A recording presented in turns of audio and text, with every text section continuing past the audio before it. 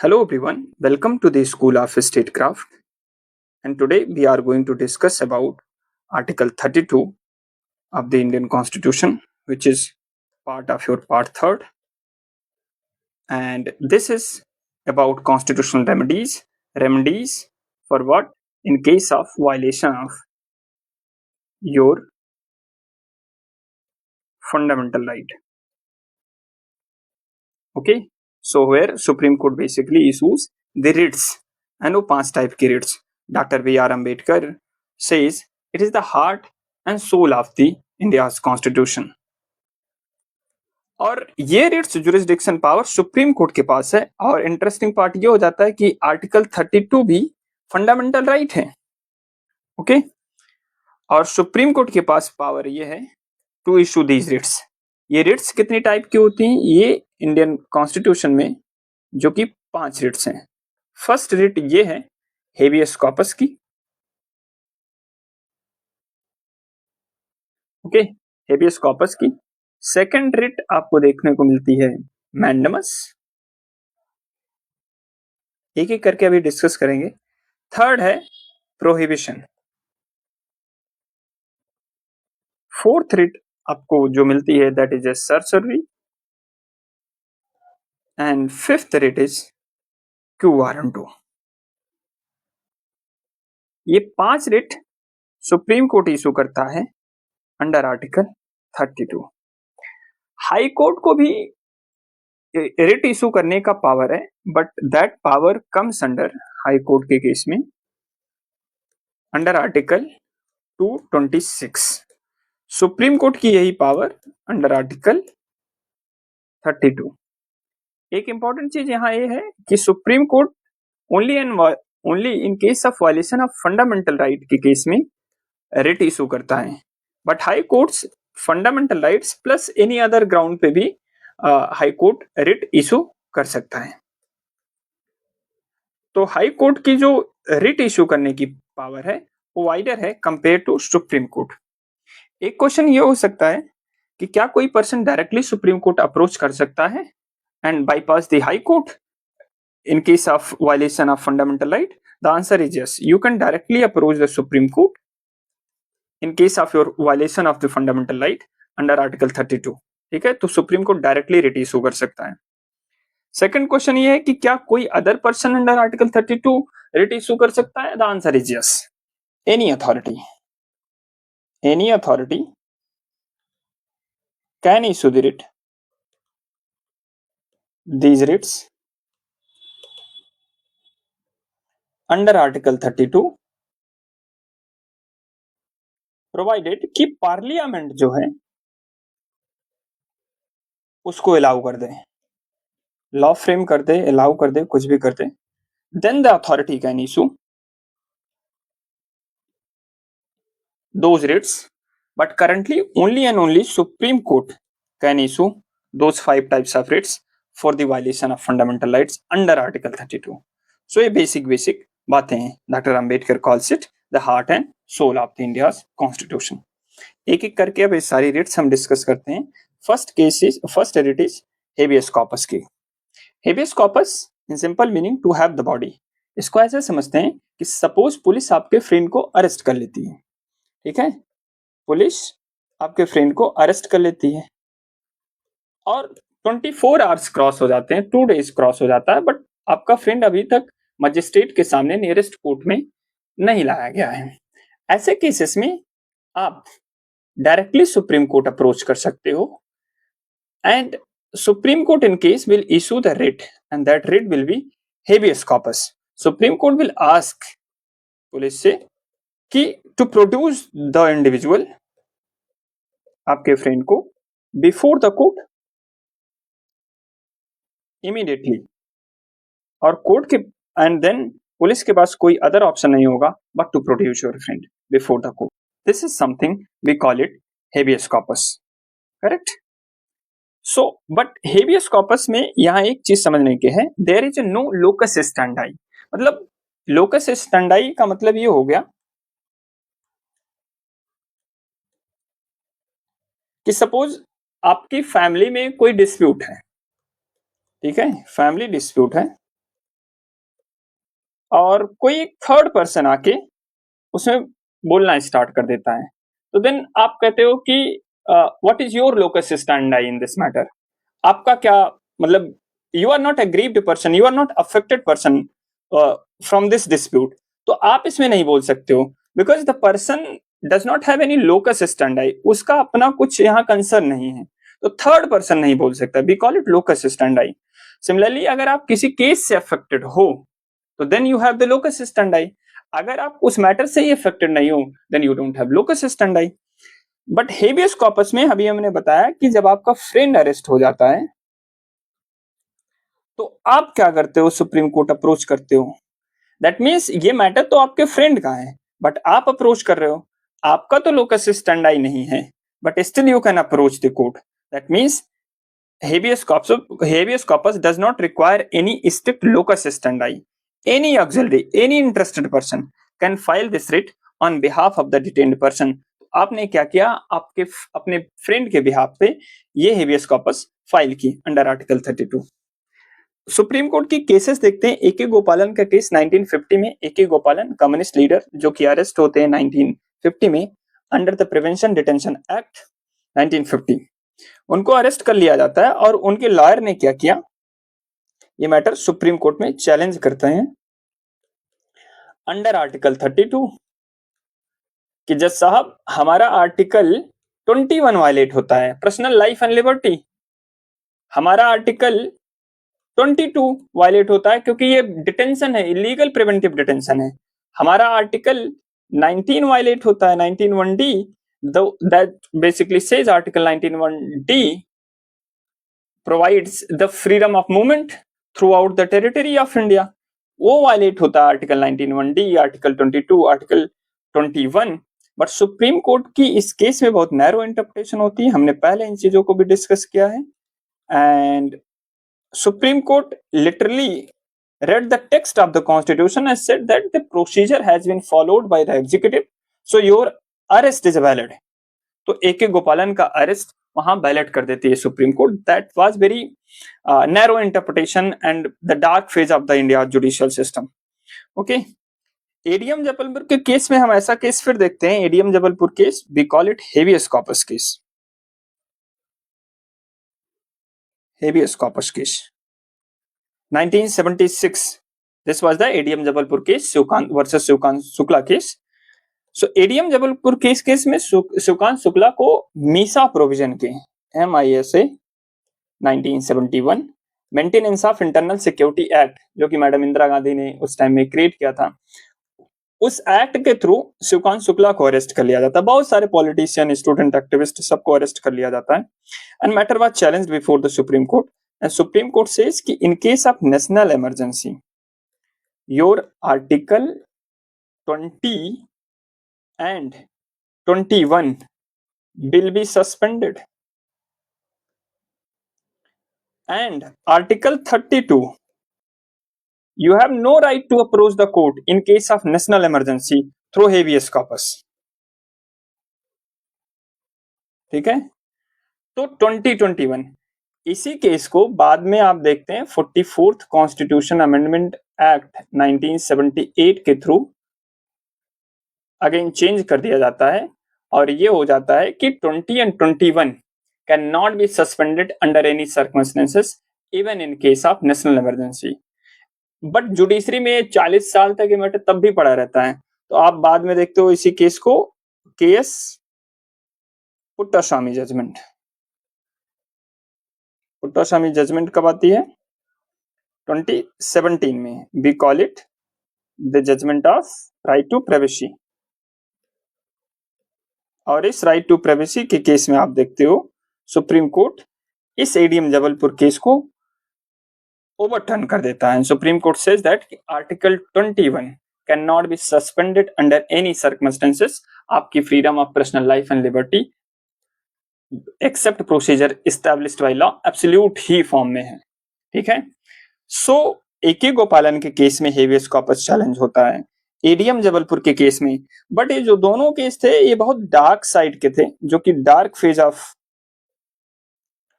Indian judicial system दिखाता है।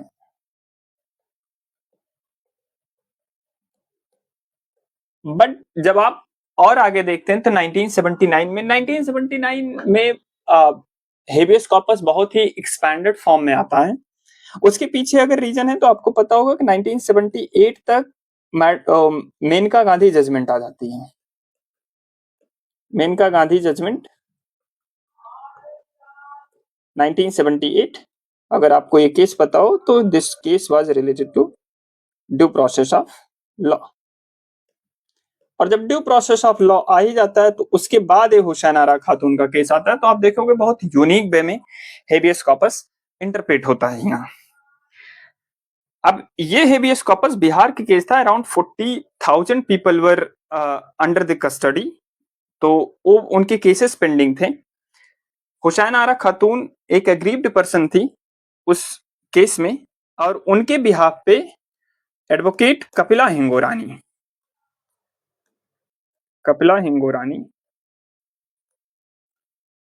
challenged this matter before Supreme Court,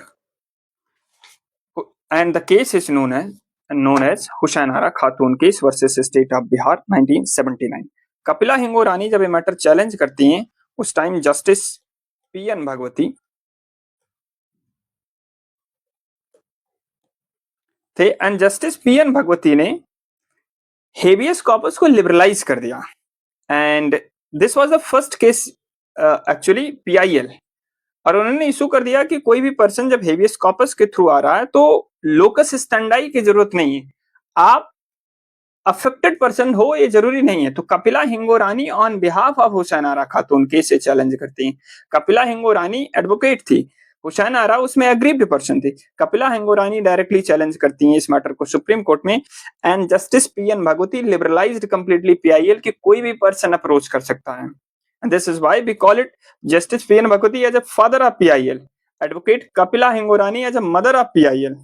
ठीक है, तो आप देखोगे कि कैसे इंडियन डेमोक्रेसी मैच्योर हो रही थी over a period of time, कैसे हम पीआईएल को यहाँ लिबरलाइज करते हैं, और ये फर्स्ट पीआईएल था इंडिया के हिस्ट्री में जो कि लिबरलाइज फॉर्म में इंट्रोड्यूस होता है ना। Supreme court basically establish your right to speedy trial is integral part of your fundamental right under Article 21। Okay, so speedy trial is a part।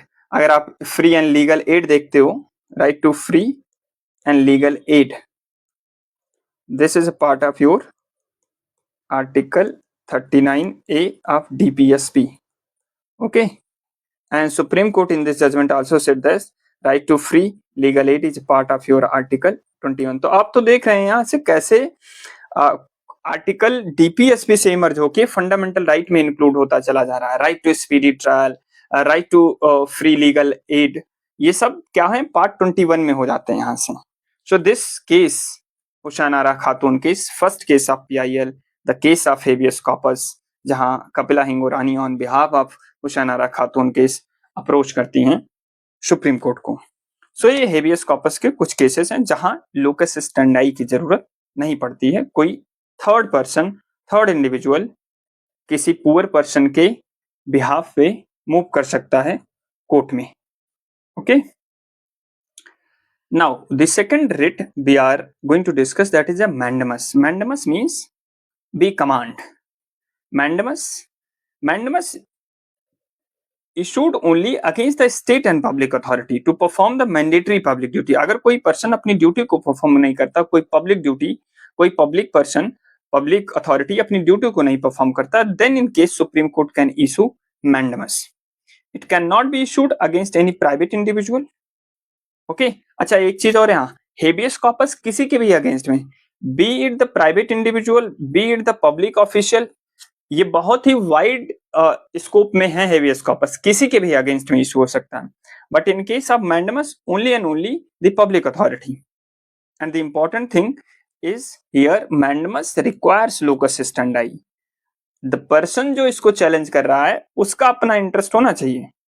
So the petitioner must have legal right to performance of the legal duty by the public authority. आप उससे affected होने चाहिए। Famous landmark judgment of the mandamus Vineet Narayan versus Union of India 1998, ये case है SK Jain हवाला case. SK Jain हवाला case 1998। SK Jain हवाला case basically money laundering का केस होता है और जिसमें बहुत सारे पैसे का इधर उधर टेररिस्ट एक्टिविटीज वगैरह में फंडिंग वगैरह का इशू रहता है और बाद में इसको सीबीआई क्या करती है, एक्सपोज करती है। अब जब ये एक्सपोज होता है, चार्जशीट फाइल होती है, इसमें बड़े बड़े पॉलिटिशियन का नाम होता है, तो सीबीआई क्या करती है कि थोड़े दिन बाद क्या होता है कि सीबीआई पूरी की पूरी प्रोसेस में ही स्टॉप कर देती है। So CBI was just sitting on the paper. So in case एक जर्नलिस्ट थे, जर्नलिस्ट विनीत नारायण, वो सुप्रीम कोर्ट फाइल करते हैं ये केस, ठीक है, मैंडमस। तो विनीत नारायण का बाय द वे उसमें अपना कंसर्न था, he was the affected person and Vinit Narayan approached the Supreme Court and Supreme Court issued mandamus। यही एक आइडिया इवॉल्व होता है supreme court continuing mandamus, continuous mandamus supreme court issue करता है and directed CBI कि आप action low and जो report है वो डायरेक्टली सुप्रीम कोर्ट के जजेस को सबमिट करो। तो क्योंकि सीबीआई एक्शन नहीं ले रही थी पॉलिटिशियन के अगेंस्ट में, तो supreme court here commanded CBI कि आप directly report supreme court submit करो, जजेस को डायरेक्टली सबमिट करो और उन पॉलिटिशियन के अगेंस्ट में इन्वेस्टिगेशन स्टार्ट हो। तो supreme court says be you ever so high, the law is above you, so law is the supreme. ठीक है, ये केस इसी के बाद यही विनीत नारायण का केस है जहां सुप्रीम कोर्ट एक डिटेल्ड गाइडलाइन देता है कि कैसे सीबीआई को अपॉइंटमेंट प्रोसेस होना चाहिए, सीबी वगैरह को कैसे स्टैट्यूटरी राइट दे दिया जाना चाहिए। बाद में वो सारी इशू हम डिस्कस करेंगे सीबीआई वगैरह के अपॉइंटमेंट में, सीबीसी में। बट विनीत नारायण के केस में यही होता है कि सीबीआई वर्क नहीं करती है इफेक्टिवली और अपनी ड्यूटी को परफॉर्म नहीं करती है। तो विनीत नारायण अप्रोच करते हैं कि सीबीआई अपनी ड्यूटी को परफॉर्म करने में फेल हो गई है and then supreme court issued mandamus, continuous mandamus and to compel CBI to perform its duty and submit report directly to judges of Supreme Court. Correct? सो ये मैंडमस होता है और मैंडमस में लोकस स्टैंडाई चाहिए होती है। सो आपका इंडिविजुअल का उसमें अफेक्टेड पर्सन होना चाहिए, अग्रीव्ड पर्सन होना चाहिए। Third is prohibition. दो चीज है, एक है प्रोहिबिशन, एक है सरसरी। ये दोनों सिमिलर ही है, थोड़ा सा डिफरेंस है, आराम से समझ लेते हैं। प्रोहिबिशन मीन्स टू प्रोहिबिट और stay order issued only against judicial and quasi-judicial body to prevent them from exceeding their jurisdiction। तो सुप्रीम कोर्ट इशू करता है किसी जुडिशियल बॉडी को और क्वासी जुडिशियल बॉडी को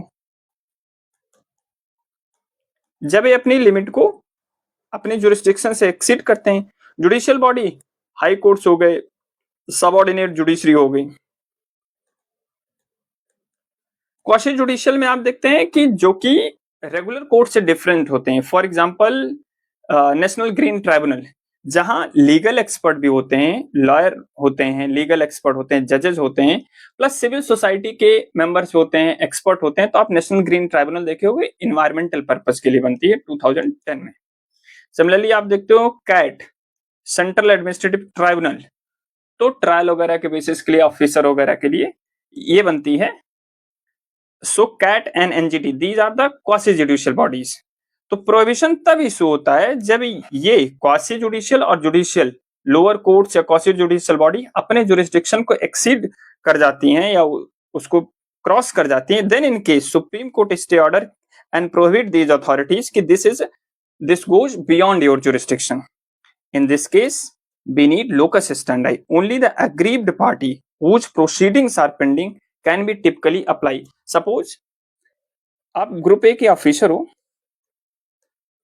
आईएएस ऑफिसर हो और आपके अगेंस्ट में कैट ने एक्शन ले लिया है, ठीक है, और अब कैट एक एग्जीक्यूटिव इन्फ्लुएंस होता है। सपोज आपका जो मैटर है वो वहां सुना नहीं गया और कैट ने अपनी फाइनल जजमेंट दे दी। अगर फाइनल जजमेंट दे दी है, इन केस में तो सरसरी आएगा, बट अगर केस चल रहा है और आपको लग रहा है कि कैट अपनी जुरिस्डिक्शन से एक्सीड कर रही है, in this case you can approach supreme court and supreme court stop this CAT from intervening this matter. But अगर कैट का जजमेंट ही फाइनल आ जाता है और तब आप अपने मैटर को चैलेंज करते हो कोर्ट में, then supreme court issues this sorcery. This is a curative writ. Be certify. यहाँ सुप्रीम कोर्ट कहता है कि we will certify whether this judgment is final और नॉट. ठीक है, तो सपोज आप ऑफिसर हो, आईएएस ऑफिसर हो, और कैट ने आपके अगेंस्ट में जजमेंट दे दी है और आपको लग रहा है कि हमारा मैटर तो सुना ही नहीं गया, और अगर आपको मैटर सुना नहीं गया है, that means it is a violation of the principle of natural justice, then you can approach supreme court and supreme court will issue this certiorari. ठीक है, अंडर आर्टिकल 32. सो दोनों में डिफरेंस यही है कि provision is a preventive in nature, it is issued while proceedings are pending to prevent the excess of jurisdiction. Certiorari के cases में is a curative system. It is issued after the final decision is made to review and quash the ultra vires decision. अगर CAT का, NGT का कोई भी judgment violate करता है basic principle को, basic principle of natural justice को, इस केस में सरसरी इशू होता है जो कि क्यूरेटिव इन नेचर होता है. अगर अदरवाइज जब वो केस पेंडिंग है और फाइनल जजमेंट के पहले प्रोविजन होता है, प्रोविजन इशू होता है, और दोनों ही केसेस में what we need, locus standi. आप अगर ऑफिसर हो तो कोई थर्ड पर्सन आपके बिहाफ पे नहीं चैलेंज कर सकता आपका केस कि आप पनिशमेंट मिली है तो कोई थर्ड पर्सन जाके चैलेंज करेगा. No, you and only the person who can approach the court and have the right to approach the court. Okay, so it requires the petitioner to be aggrieved person, affected individual directly, okay, by the order of that judicial body, lower judicial body or the quasi judicial body. So ये दोनों में difference होता है. Again मैं फिर से बता रहा हूँ, प्रोविजन में क्या होता है कि before the final judgment, certiorari में after the final judgment. Correct? And both needs locus standi. The fifth writ है, that is a writ of inquiry. We call it Q warranto. What is your authority? It means what is your authority? आपकी क्या authority है किसी particular position को hold करने, post को hold करने की. किसी कोई भी पोस्ट अगर आप होल्ड कर रहे हो तो are you eligible to hold that post? And if not, supreme court will issue the Q warranto and immediately you will be vacated from that post. So issued only against the person holding public office. कोई private individual के against में Q warranto नहीं होता है. Office of a permanent character created by statute और the constitution, जो कि एक public authority है, उसी के against में होगा, private individual के against में नहीं. But here you don't need any locus standi. आप किसी भी person को, suppose आपके district में आपको लगता है, एक दिन ऐसे क्या हुआ कि आपको लगता है कि आपको आईपीएस ऑफिसर बनना है बट एग्जाम तो नहीं देना है. अब एग्जाम आपको सिविल सर्विसेज का नहीं देना है, फिर भी आपने क्या किया, एक दिन कहीं से आप पुलिस यूनिफॉर्म लेकर आए और आप क्या हो जाते हो, एसपी हो जाते हो अपने एरिया के. ठीक है, तो कोई भी पर्सन अप्रोच कर सकता है कोर्ट कि आपकी क्या अथॉरिटी है यूनिफॉर्म पहनने की आपके डिस्ट्रिक्ट में. ठीक है, क्योंकि आप तो एग्जाम दिए ही नहीं हो, आपके पास बेसिक क्वालिफिकेशन नहीं है. This is the quo warranto. तो एक पॉपुलर केस होता है B R Kapoor versus state of Tamil Nadu. इस केस को जे जयललिता केस भी कर सकते हैं क्योंकि ये लैंड स्कैम केस था 2001 में, जिसमें मैडम जे जयललिता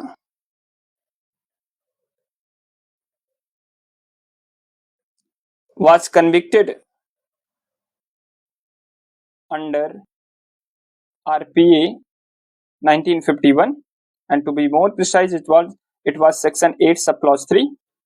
और सेक्शन 8 सब क्लॉज 3 ये कहता है कि अगर आप 2 इयर्स और मोर देन 2 इयर्स के लिए आप कन्विक्टेड हो तो आप इलेक्शन में पार्टिसिपेट नहीं कर सकते हो. Convicted year plus 6 years more. ठीक है, सो कन्विक्टेड ईयर प्लस 6 इयर्स आप कोई पोजीशन नहीं होल्ड कर सकते हो. तो तमिलनाडु में इलेक्शन होते हैं, अनफॉर्चुनेटली क्या होता है कि जय जयललिता की पार्टी क्या होती है, इलेक्शन जीत जाती है, वन द इलेक्शन. और गवर्नर, इंटरेस्टिंग पार्ट थी उस टाइम, तमिलनाडु की गवर्नर फातिमा बीवी थी, जस्टिस फातिमा बीवी, जो कि पहले सुप्रीम कोर्ट की जज भी रह चुकी थी. एंड जस्टिस फातिमा बीवी ने क्या किया, इनको सीएम अपॉइंट कर दिया. Matter was challenged before supreme court and supreme court issued quo warranto. what is your authority to holding the position of chief minister, because आप तो convicted हो, आपकी तो अथॉरिटी ही नहीं है कि आप एज अ सीएम की पोस्ट को होल्ड करो. And supreme court immediately issued Q warranto and removed madam J Jayalalithaa from the post of chief minister. This is a famous case of Q Waranto. Okay, so a Q Waranto petition was filed and challenging the appointment of Jai Jayalalitha as a chief minister because she was convicted under the Prevention of Corruption Act and the famous RPA 1951 section 8 subclause 3. Supreme Court held her appointment invalid and ordered her removal from the office. So Supreme Court says कि popular mandate cannot override the constitutional morality. उसके sink में आना चाहिए कि just आप public का mandate है तो आप कॉन्स्टिट्यूशन की मोरलिटी को थोड़ी वायलेट कर सकते हो. सो क्यू वारंटो में हमने पहले भी डिस्कस किया कि here it is a very relaxed locus stand है, कोई भी पर्सन अप्रोच कर सकता है, but this can be issue only against the person holding a public office. ठीक है, जो कि एक पब्लिक ऑफिस होना चाहिए, किसी कोई प्राइवेट इंडिविजुअल के अगेंस्ट में क्यू वारंटो नहीं इशू होता है. सो हमने यहाँ रिट्स डिस्कस किए, उनके सब केसेस भी देखे कुछ, और पहला हमने ये डिस्कस किया कि हेबियस कॉर्पस क्या होता है. सेकंड हमने ये डिस्कस किया कि मैंडमस. थर्ड ये था prohibition, and fourth certiorari, and fifth was quo warranto. Habeas corpus and quo warranto में ही क्या होता है, लोकस स्टैंडाई रिलैक्स होती है. No need of locus standi, कोई भी पर्सन अप्रोच कर सकता है. हेबियस कॉर्पस में तो केस बताया कि जैसे Kapila Hingorani approach on behalf of Hussain Ara Khatoon, आप अप्रोच कर सकते हो आपके फ्रेंड पे, क्योंकि हेबियस कॉर्पस के केस में जो पर्सन अरेस्ट होता है वो तो अप्रोच कर ही नहीं सकता क्योंकि वही पर्सन तो डिटेन हो चुका है. एंड क्यू वारंटो में आप जे जयललिता का केस देखते हैं. क्यू वारंटो में कोई भी पब्लिक अथॉरिटी अगर वो क्वालिफाइड नहीं है तो कोई भी पर्सन अप्रोच कर सकता है कि किस अथॉरिटी से वो पर्सन उस पोजीशन को होल्ड करता है. Supreme court will issue in this case quo warranto and this habeas corpus. There is no need of locus standi in both cases, quo warranto and habeas corpus. And mandamus, certiorari and prohibition में आप देखते हैं कि यहाँ quo warranto की यहाँ locus स्टैंडाई की जरूरत है. मैंडमस में सुप्रीम कोर्ट सीबीआई को देखो गाइडलाइन इशू करता है, फोर्स करता है कि आप अपनी ड्यूटी परफॉर्म करो. प्रोहिबिशन में जब कोई भी क्वासी जुडिशियल बॉडी या जुडिशियल बॉडी अपनी लिमिट को क्रॉस करती है, देन इस केस में प्रोहिबिशन का होता है, to prohibit something. And certiorari में अगर जजमेंट कैट की आ जाती है किसी जुडिशियल बॉडी की, क्वासी जुडिशियल बॉडी की, उसके बाद में सुप्रीम कोर्ट इशू करता है to certify the final judgment कि फाइनल जजमेंट वैलिड है कि नहीं है.